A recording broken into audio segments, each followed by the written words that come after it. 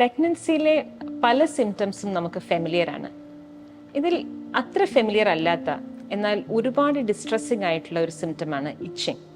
Etching പ്രഗ്നൻസിയിൽ usually second ഹാഫിലാണ് കാണാറ്. ഇതിന് പല കോസസ് ഉണ്ട്. നമ്മൾ മെയിൻലി ഇതിനെ ബേബിയെ അഫക്റ്റ് ചെയ്യുമോ ഇല്ലയോ എന്നുള്ളതാണ് നമ്മുടെ കൺസേൺ.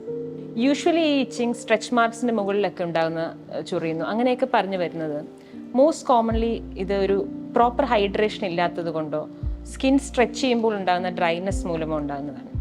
ഇത് വളരെ എളുപ്പം മോയ്സ്ചറൈസേഴ്സ് കൊണ്ടും വെളിച്ചെണ്ണ കൊണ്ടും ഒക്കെ ലോക്കൽ ആപ്ലിക്കേഷൻ വഴി മാനേജ് ചെയ്യാവുന്നതേ ഉള്ളൂ. ഇനി കാണുന്ന ഒരു ഇച്ചിങ് പപ്പ് എന്ന് പറയുന്ന pruritic urticarial papules and plaques of pregnancy. PUPP എന്ന് പറയുന്ന ഇച്ചിങ് ശരീരത്തിൽ ചെറിയ ചെറിയ റെഡ് കളറിലുള്ള പാടുകളായിട്ടും അതിൻ്റെ മുകളിൽ ഉണ്ടാകുന്ന ചൊറിച്ചിലായിട്ടും വരുന്നതാണ്.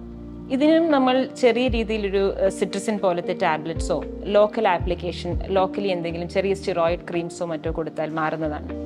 പപ്പാണെങ്കിലും മുൻപ് പറഞ്ഞ ഡ്രൈനെസ് മൂലം ഉണ്ടാകുന്ന ഇച്ചിങ് ആണെങ്കിലും അത് കുഞ്ഞിനെ കാര്യമായി എഫക്റ്റ് ചെയ്യാറില്ല. ഇനി third kind of itching ICP അല്ലെങ്കിൽ intra hepatic cholestasis of pregnancy.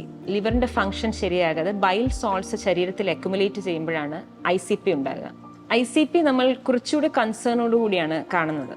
കാരണം ICP ഉള്ള ഒരു ലേഡിയുടെ കുട്ടിയെ ഇത് എഫക്റ്റ് ചെയ്യാൻ ചാൻസ് ഉണ്ട്. പെട്ടെന്ന് കുട്ടിയുടെ അനക്കം നിന്നു പോകാനൊക്കെ സാധ്യതകളുണ്ട്.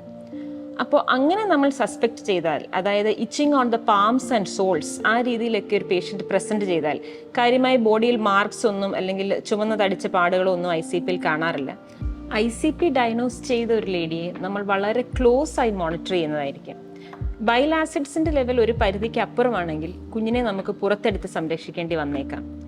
അങ്ങനെ അല്ലെങ്കിൽ കൂടി നമ്മൾ ബൈൽ ആസിഡ്സും അതോടൊപ്പം തന്നെ കുഞ്ഞിൻ്റെ വളർച്ചയും അൾട്രാസൗണ്ട് വെച്ചും ഡോപ്ലർ വെച്ചും കണ്ടിന്യൂസ് ആയിട്ട് മോണിറ്റർ ചെയ്തുകൊണ്ടിരിക്കും.